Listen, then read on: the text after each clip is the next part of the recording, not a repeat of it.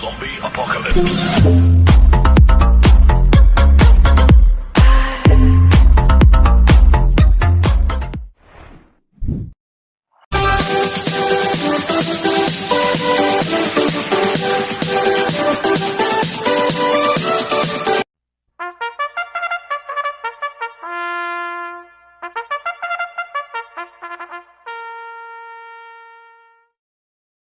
Magandang araw po mga bayang karerista.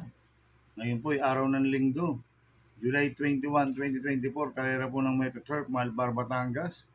Meron po tayong siyam na karera sa araw na ito. Nandito naman po yung lingkod, Drunken Master Wangbu, aka Elo Tubudoy, para magbigay ng giya at analysis sa inyo mga bayang karerista. Mga bayang karerista, meron po tayong tatlong stakes race dito, yung 2024 Freedom third leg 3-4 count stakes race, 2024 Freedom Hopeful Stakes Race, 2024 Freedom 3-year-old locally bred stakes race. Magandang laban po yan mga bayang karista, mga exciting race. Kaya abangan at panoorin natin yan. Kaya mga bayang karista, ang start po ng karera natin ay 2 p.m. At bago po ako magsimula magbigay ng giya at analysis, huwag mong kalimutan subscribe, like, and share YouTube channel ko po. At syempre, huwag din mo kalimutan i-click yung notification bell ko para updated po kayo sa mga bagong video ko. Kaya mag-start na po ako sa pagbibigay ng giya at analysis. Race 1, first winner take all, covers races 1 to 7. May 8 kabayang tatakbo. Ito po yung 2024 Freedom 3-year-old locally bred stakes race sa distance 2,000 meters. Magandang laban ho ito mga bayang karerista. First choice ko po dito, numero 1, Every Sweat Counts, na sasakyan po ni JD Zarate. Last round po na ito noong June 16. Segundo po siya kay Primavera. Cambio hinete, binili po kay JD Zarate. Last round, JD pabalik po sumakay dito. Kaya malaki po panalo sa akin ito, kaya siya po first choice ko. Second choice ko po, numero 7, The Kiss, na sasakyan ni Patty Dilema. So last round, tumakbo rin po sa 3-year-old locally bred stakes race. Medyo hindi maganda itinakbo. Ngayon, Patty Dilema po sasakay. Lasan EA Abrea po. Kaya may panalo sa akin to, kaya po second choice ko. Kaya ang first choice ko po, numero 1, Every Set Counts. Second choice, numero 7, The Kiss. Sa race 2 po tayo, first pick 5, go for races 2 to 6. May 8 kabayang tatakbo. Ito po yung 2024 Freedom Hopeful Stakes Race sa distance 2,000 meters. Gandang laban ulit to mga bayang karerista, anybody's race. First choice ko po dito, numero 5, Wall 359, na sasakyan ni Patty Dilema. Last run po nito, na-scratch po to si Wall 359 dahil nasipa po siya ni Boss Lady.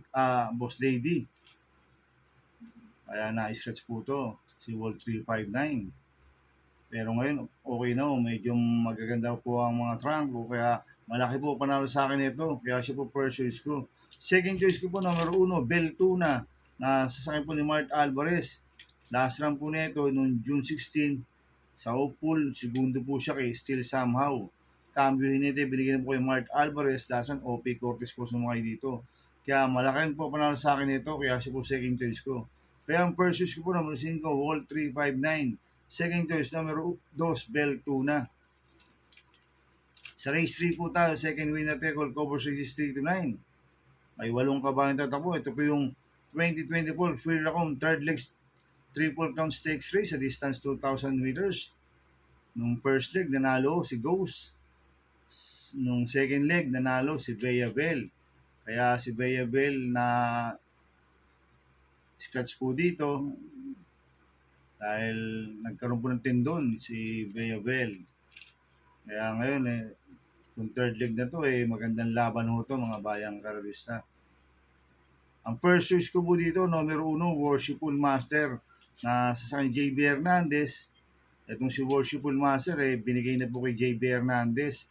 Lasan Eminem Gonzalez po ang sumakay dito nung first leg at second leg. Tingin ko solo IRU to. Kahit mahaba ang distansya, tingin ko kayang-kayang i-rate ni JB Hernandez to, si Worshipful Master. Kaya malaki po panalo sa akin ito, kaya siya po first choice ko.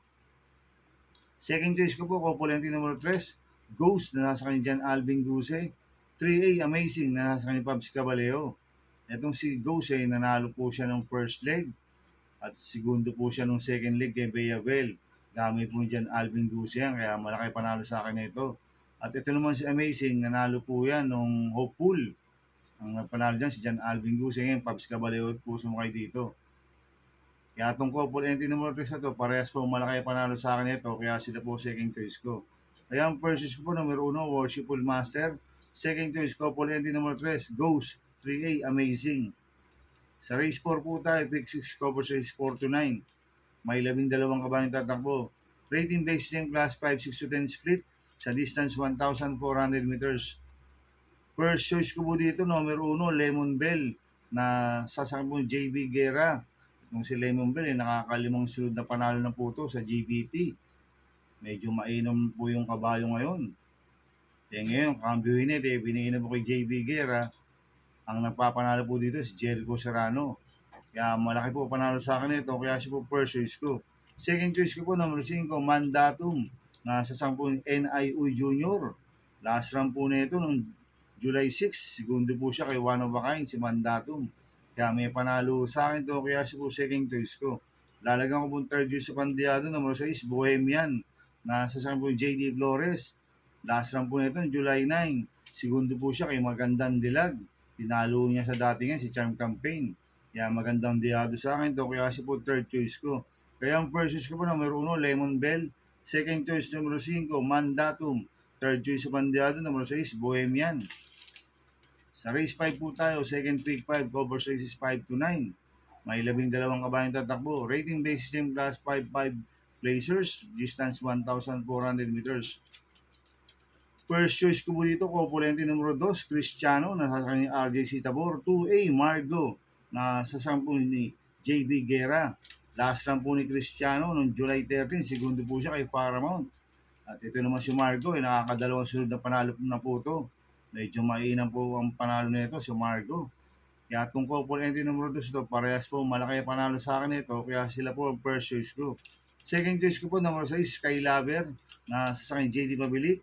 Last run po na ito, July 9, segundo po siya kay Hot Legs, si Sky Lover, kaya may panalo sa akin to, kaya siya po second choice ko. Lalagyan ko po third choice sa Pandiado, number 11, Aphrodite, na sa Jerome Storke. Last run po na ito, noong June 23, segundo po siya kay Margo. Cambio nito, binigyan mo kay Jerome Storke. Last run, si El Advingula po sumakay dito. Kaya siya po third choice ko na Pandiado. Kaya ang first choice ko po, couple numero 2, Cristiano, 2A, Margo. Second choice, number 6, Sky Lover. Third choice na Pandiado, number 11, Aphrodite. Sa race 6 po tayo, pick 4, over races 6 to 9. May 12 kabayong tatakbo. Rating based yung class 5, 11 to 15 split. Distance 1,400 meters. First choice ko po dito, number 7, Autumn Shower. Nasa sabi ni NIU Junior. Last run po nito, June 23, pang-anin po siya, kaya Calendar Girl. Itong si Autumn Shower, mababa na po sa laban to, kaya malaki po panalo sa akin ito. Kaya siya po first choice ko. Second choice ko po, number 9, Alfred Hearts, na sasabi ni Wild Bautista. Last run po nito, noong July 14, segundo po siya, kay ikot lang. Hindi po siya lumagpas, via photo finish. Kaya tingin ko, kinulang lang po last run to si Alfred Hearts, kaya may panalo sa akin to, kaya siya po second choice ko. Lalagyan ko pong third choice na Pandiado, couple number 3, My Boy Lollipop, na sa San CPN Zone. 3A Diamond Story na sa Jerome Storke. Itong si My Boy Lollipop, isang mabilis na kabayo. Tingin ko siya po magdadalang unahan dito. Kaya may panalo sa akin to. Ito naman 3A Diamond Story. Bumaba po ng rating based system to. Kaya may panalo rin po sa akin to. Kaya sila po third choice ko na Pandiado. Kaya ang first choice ko po, number 7, Autumn Shower. Second choice, number 9, Hot Hearts. Third choice Pandiado, couple number 3, My Boy Lollipop. 3A Diamond Story. Sa race 7 po tayo, may 11 kabayong tatakbo. Rating based in class 4, 28 to 33, distance 1,400 meters. So, suluhin ko na po ito, numero 10, Heart Opa Champion, na sasama ni Pabs Caballero. Medyo mainam po panalo niyan last run. Nagpreba siya ng 1.25.6 sa distance 1,400 meters. Kaya sosolohin ko na po yan, numero 10, Heart Hopa Champion. Sa race 8 po tayo, sa penultimate race. May 11 kabayong tatakbo. Rating basis in class 4, 22-27 split. Distance 1,400 meters. First choice ko po dito yung galing sa panalo numero 4, Magandang dilag na sasakyan po ni Pabs Caballero. Nanalo po ng July 9 yan sa GBT. Nagpreba ng 1.27.2. Ang nagpanalo dyan si John Alvin Luce. Ngayon ang sasakay po si Pabs Caballero. Kaya malaki po panalo sa akin ito. Kaya siya po first choice ko. Second choice ko po yung galing rin sa panalo numero 1, Super Former na sasakay ni AR Villegas. Medyo mainam rin po panalo niyan si Super Former. Nagpreba rin po siya ng 1.27.2 sa distance 1,400 meters. Ang tinalo niya si Stefani. Kaya malaki rin po panalo sa akin ito. Kaya siya po second choice ko. Kaya ang first choice ko po numero 4, Magandang Dilag.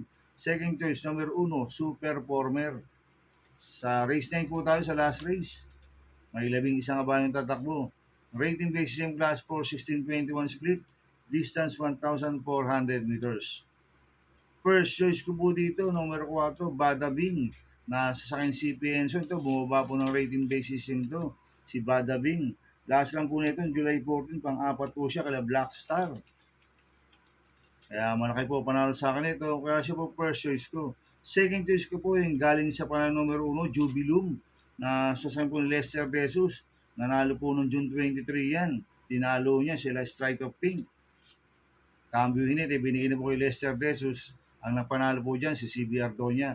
Kaya malaki rin po panalo sa akin ito. Kaya siya po second choice ko. Kaya ang first choice ko po numero 4, Bada Bing. Second choice numero 1, Jubilum. Good luck and happy racing mga bayang karalista. Inuulit ko, ito'y gabay ko lang at analysis ko.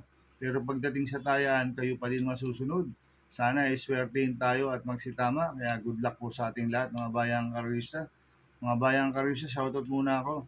Happy racing po sa mga bagong subscriber ko at sa mga walang sawang sumusubaybay sa YouTube channel ko. Maraming salamat po.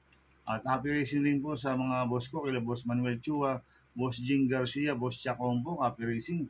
Sana iswertein tayo at magsitama. Kaya mga bayang karalista, please subscribe my YouTube channel at Ubudoy 2.0 at sana lagi niyo pong panoorin yung ads ko, huwag niyo pong skip. Kaya maraming salamat po sa inyo and God bless.